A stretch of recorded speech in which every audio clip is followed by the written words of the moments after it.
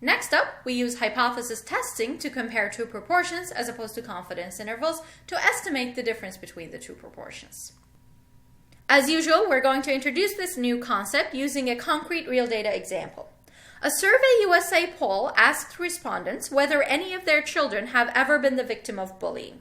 Also recorded on the survey was the gender of the respondent, the parent. Below is a distribution of responses by gender of the respondent. Before we proceed with the calculations, I'd like to make note of one thing. If we were to take the somewhat narrow-minded view that only a male and female couple has children, in that case, the proportion of kids that are bullied should be the same for males and females. Remember, here we're asking individuals if their kid has been bullied, not families or households. If we see differences between the percentages of bullied kids, of males and of females, these may be due to a variety of reasons. It could be single parent, but we said we're going to take the narrow-minded view that we usually have one mother and one father in the household. It's probably true for majority of the population. It could be that one gender is more likely than other to even know that their kid has been bullied or not. And it could also be that one gender is more likely than other to actually report this on a survey. So of the 90 males that were surveyed, 34 of them said that their kid had been bullied. And of the 122 females that were surveyed, 61 said the same thing as well. So to calculate our sample proportions for the males, that would be 34 over 90, 38%. And for the females, 61 over 122, 50%. If we want to compare these two proportions, our null hypothesis should be that the proportion of males and proportion of females whose children have ever been the victim of bullying should be equal to each other. Or in other words, the difference between the two population proportions should be 0. If we're simply looking for a difference between the two, the alternative hypothesis will set this difference between the two population proportions to be not equal to 0. Before we can proceed, we need to check our conditions, and we need to calculate a test statistic based on which we can then calculate a p-value. We'll get to the calculations in a little bit, but let's flash back for a moment to working with one proportion. We talked about this idea of using a p-hat versus a p.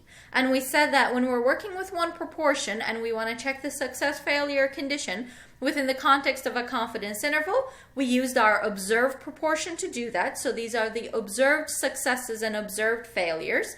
Versus when we're doing a hypothesis test, we use the value of the population proportion that we set equal to in the null hypothesis. In other words, the null value of p is what we use to calculate the expected successes and expected failures. In terms of the standard error, once again we use p-hat in calculation of the standard error for confidence intervals versus we use p, the null value of the population proportion, for the hypothesis test. So the moral of the story here is that when you're dealing with a confidence interval, use observed counts and observed proportions. When you're dealing with a hypothesis test, use expected counts and expected proportions. So how will this translate to working with true proportions? For confidence intervals, we want to look at the total number of observed successes and failures for each one of the groups. So we've already done this in the previous video. We simply look at the sample sizes for each of the groups and multiply them by the observed sample proportions to calculate the observed number of successes and observed number of failures. Also, for the calculation of the standard error, we use the observed proportions from the two groups as well. However, calculating the expected successes and failures, or the expected proportion for the hypothesis test for difference between two proportions, is not as simple. Take a look at this null hypothesis. We simply say in the null hypothesis that the two population proportions should be equal to each other, or that their difference should be equal to 0. But at no point do we define what these should be equal to. So we don't have a readily available null value of the population proportion that we can use for the two groups to calculate expected successes and expected failures. What do? We make one up. This is called the pooled proportion. So the idea here is that even though your null hypothesis does not equate the two population proportions to something, could we actually come up with a best guess for what these could be equal to under the assumption of the null hypothesis? And there, what we use is the idea of the pooled proportion. This pooled proportion is simply the number of successes divided by the overall sample size for the two groups. So we're pooling data from the two groups together. So it can be calculated as the number of successes in group 1 plus the number of successes in group 2 divided by the sample sizes for the two groups. So let's right away put that to use and calculate the pooled proportion of males and females who said that at least one of their children has been a victim of bullying. So our p hat pooled is going to be the total number of successes from the males, so that's 34, plus the total number of successes from the females, so that's 61, divided by the sample size for the males, which is 90, plus the sample size for the females, which is 122. So this gives us roughly 45% as the pooled proportion of males and females who said that at least one of their children has been a victim of bullying. So now that we have a good estimate for a common proportion for the two groups, we can actually revisit the chart we were working with earlier and see how we can calculate our success-failure condition and our standard error for doing a hypothesis test for comparing two population proportions. For the success-failure condition for both of the groups, we actually use this p hat pooled value to calculate the expected number of successes and expected number of failures. The reason why we're making this distinction once again is that in a hypothesis test, we must assume that the null hypothesis is true. And when we're doing a hypothesis test for comparing two proportions, our null hypothesis states that the two proportions are equal to each other. So we're going to use this value of the pooled proportion to say this is the value they're equal to and use that as the truth in going through the hypothesis test. For calculation of the standard error, we use the same idea. Everywhere we see a p hat 1 or a p hat 2, we simply plug in this common proportion that we calculated for the two groups.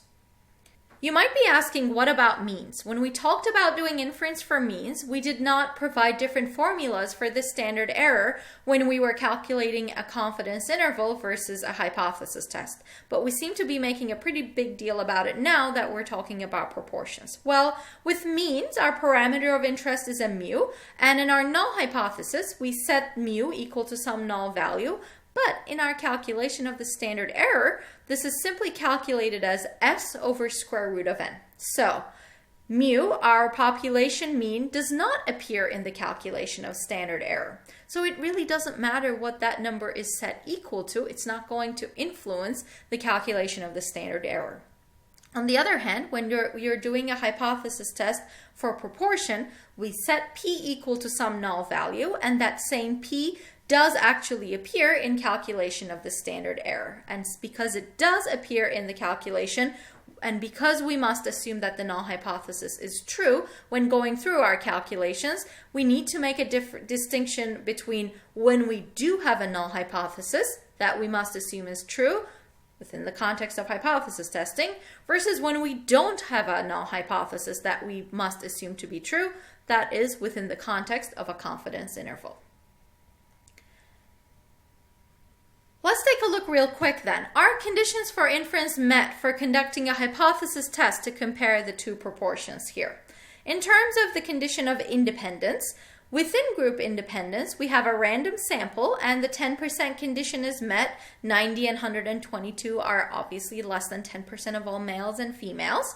So sampled males can be assumed to be independent of each other, as well as sampled females can be assumed to be independent of each other as well.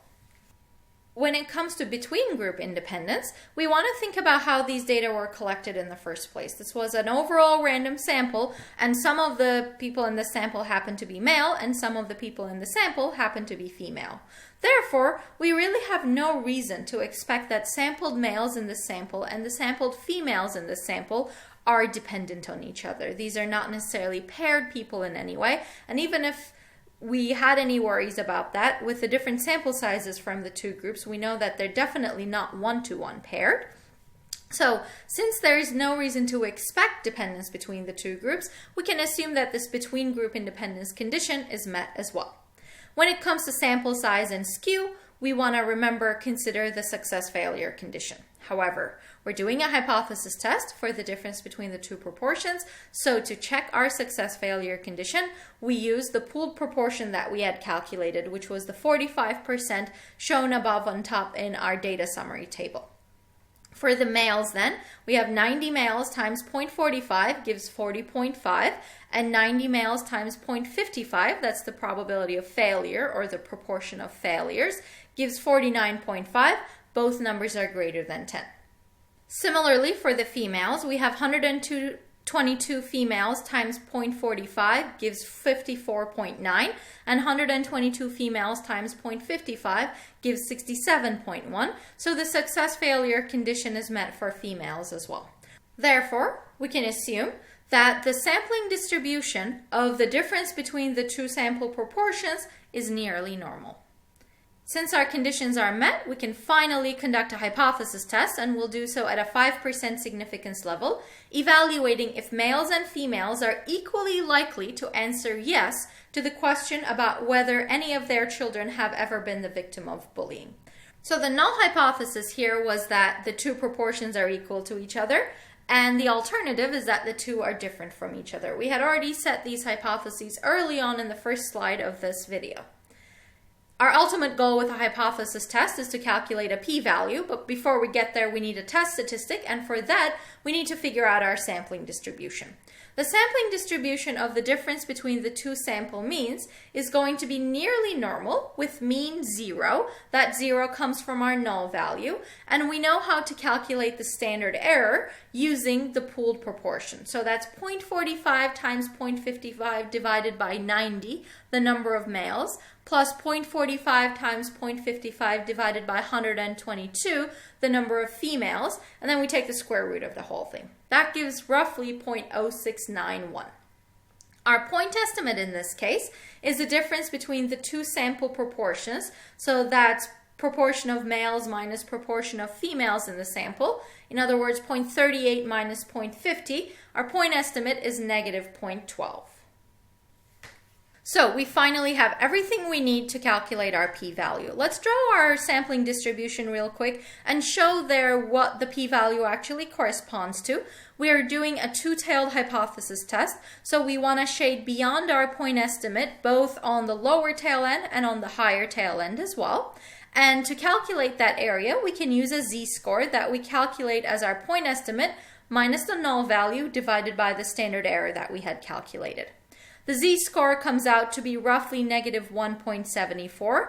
Then our p-value can be described as the absolute value of the z-score being beyond 1.74. So that really corresponds to a z-score of negative 1.74 or lower, or a z-score of positive 1.74 or higher.